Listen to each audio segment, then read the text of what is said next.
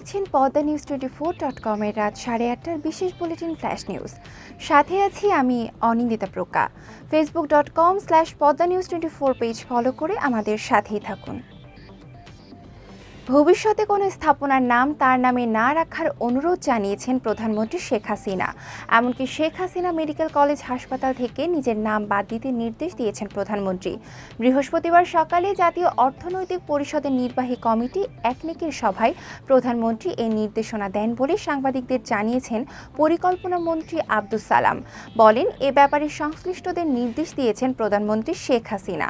প্রধানমন্ত্রীর সভাপতিত্বে অনুষ্ঠিত একনেকের সভায় 10টি প্রকল্প অনুমোদন দেওয়া হয়েছে, যাতে মোট ব্যয় ধরা হয়েছে 5,563 কোটি 68 লাখ টাকা।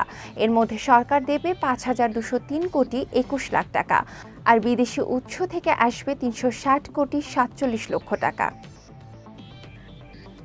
দেশে বজ্রপাতে গত 1 এপ্রিল থেকে 8 মে পর্যন্ত 38 দিনে 74 জনের মৃত্যু হয়েছে। এদের মধ্যে এপ্রিল মাসে 31 জন, যাদের 20 জন পুরুষ ও 11 জন নারী। এছাড়াও চলতি মাসের 8 দিনে মারা গেছেন 43 জন, এদের মধ্যে 34 জন পুরুষ ও 9 জন নারী। গত 38 দিনে বজ্রপাতে মৃতদের মধ্যে 35 জনই কৃষক। স্বেচ্ছাসেবী সামাজিক সংগঠন save the society and thunderstorm আয়ারনেসের ফোরামে গবেষণা সেলের প্রতিবেদনে এমন তথ্য উঠে এসেছে। বৃহস্পতিবার ধান কাটায় ব্যস্ত কৃষকদের মধ্যে সচেতনতামূলক কর্মসূচি পালনকালে এই সংগঠনটি প্রতিবেদনটি প্রকাশ করে। সংগঠনটি কৃষকের জীবন রক্ষায় মাঠে কাজ করা কৃষকদের 3 দফা পরামর্শ দিয়ে তা পালনের আহ্বান জানিয়েছেন। সৌদি আরবের ক্রাউন প্রিন্স মোহাম্মদ বিন সালমানের স্বপ্নের নিয়ম শহরের জন্য বিভিন্ন জায়গায় উচ্ছেদ অভিযান চালানো হচ্ছে। ব্রিটিশ সংবাদ মাধ্যম বিসিবিকে গোয়েন্দা কর্মকর্তা কর্নেল রাবি আল নিচি জানিয়েছেন, তাকে গ্রামবাসীকে উচ্ছেদের দায়িত্ব দেওয়া হয়েছিল। সঙ্গে নির্দেশ দেওয়া হয়েছিল, যারা শহরের জন্য জায়গা ছেড়ে দেবেন না তাদের বিরুদ্ধে যেন মরণাস্ত্র ব্যবহার করা হয়। উচ্ছেদ অভিযানের বিরোধিতা করায় ইতিমধ্যে একজনকে গুলি করে হত্যা করা হয়েছে।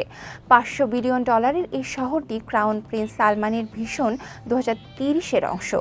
বিশ্বের অন্যান্য শহর থেকে সম্পূর্ণ ভিন্ন হবে নিয়ম শহর। পরিকল্পনা অনুযায়ী 170 কিলোমিটার লম্বা এই শহরটির প্রশস্ত হবে মাত্র 200 মিটার।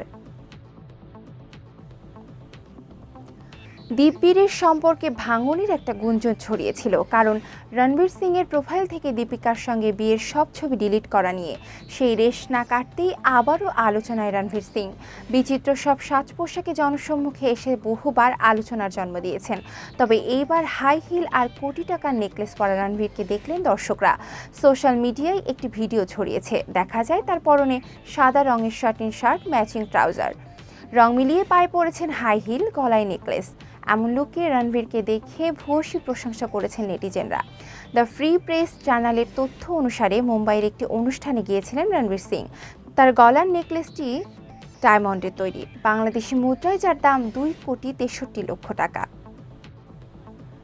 বর্তমানে জাতীয় দলে সুযোগ পাওয়া ছাড়াও আইপিএলে খেলতে পারাটা বড় স্বপ্ন হিসেবে দেখছেন ক্রিকেটাররা। তবে গত কয়েক বছরে আইপিএলে খেলার সুযোগ পেয়েও অংশ নিতে পারেননি তাসকিন আহমেদ, কারণ মুস্তাফিজকে ছাড়পত্র দিলেও তাসকিনের বেলায় বেঁকে বসে বিসিবি।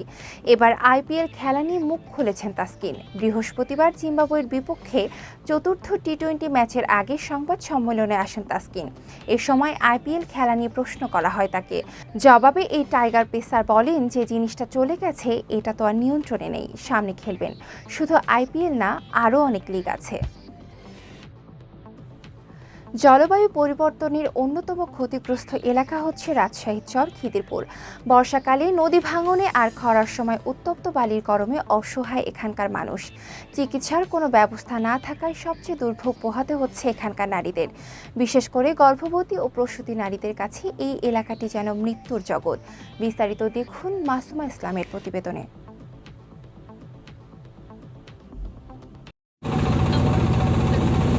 রাজশাহী শহর থেকে দূরত্ব 10 কিলোমিটার, যেতে হয় পদ্মা পাড়ি দিয়ে। একমাত্র যাতায়াত ব্যবস্থা নৌকা। ইঞ্জিন চালিত নৌকায় সময় লাগে প্রায় 40 মিনিট। পদ্মার এপারে রাজশাহী শহর আর ওপারে পবা উপজেলার ছোট্ট গ্রাম চরখিদিরপুর। গ্রামে ঢুকতেই চোখে পড়বে 2-4টা বেড়া বা টিনের চালের ছোট ছোট ঘর। গ্রামটিতে 300 থেকে 400 পরিবারের বসবাস। তাদের উপার্জনের প্রধান উৎস কৃষিকাজ, মাছ ধরা এবং গবাদি পশু পালন। তবে প্রতি বছর গ্রীষ্মকালে প্রচণ্ড খরায় চারপাশ শুকিয়ে জেগে ওঠে দীর্ঘ বালিজ্বর।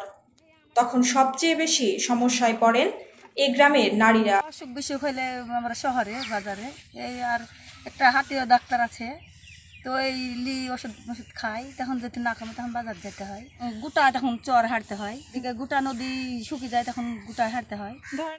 গ্রামে পর্যাপ্ত চিকিৎসা ব্যবস্থা না থাকায় পায়ে হেঁটে উত্তপ্ত চর পেরিয়ে আসতে হয় রাজশাহী শহরের বিভিন্ন হাসপাতালে। অসুস্থ শরীরে শিশুকে কোলে নিয়ে সে পথ পাড়ি দিতে দুর্ভোগে পড়তে হয় তাদের। বিশেষ করে গর্ভবতী নারীদের দুর্ভোগ পৌঁছায় চরমে। চর তখন কি অবস্থা থাকে?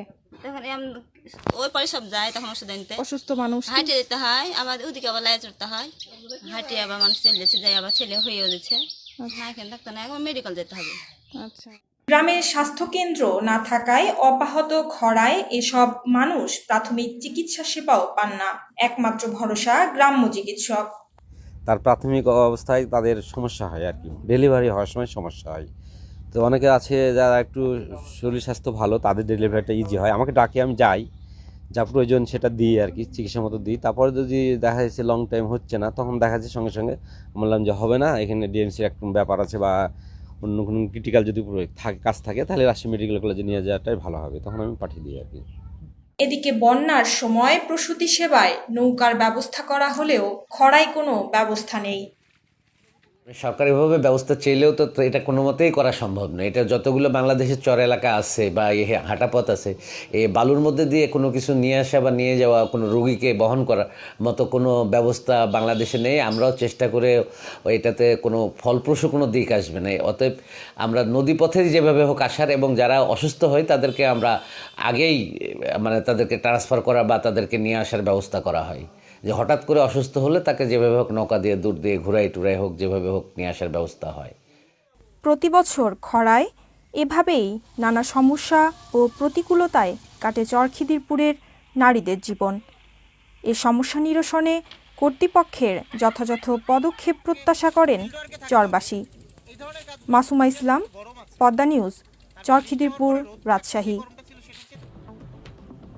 গুরুত্বপূর্ণ সব সংবাদ জানতে poddanews24.com এর বিশেষ বুলেটিন ফ্ল্যাশ নিউজ দেখবেন প্রতিদিন সন্ধ্যা 6:30, রাত 8:30 ও রাত 10:30টায়। ফ্ল্যাশ নিউজ দেখতে ফেসবুকে আমাদের ফলো করুন facebook.com/poddanews24 আর ইউটিউবে সাবস্ক্রাইব করুন youtube.com/@poddanews24 চ্যানেলটি। নিয়মিত দেশ বিদেশের আপডেট সব সংবাদ জানতে ভিজিট করুন মাল্টিমিডিয়া নিউজ পোর্টাল poddanews24.com। পরবর্তী ফ্ল্যাশ নিউজ দেখার আমন্ত্রণ জানিয়ে বিদায় নিচ্ছি আমি অনিন্দিতা প্রকা। ভালো থাকুন, সুস্থ থাকুন।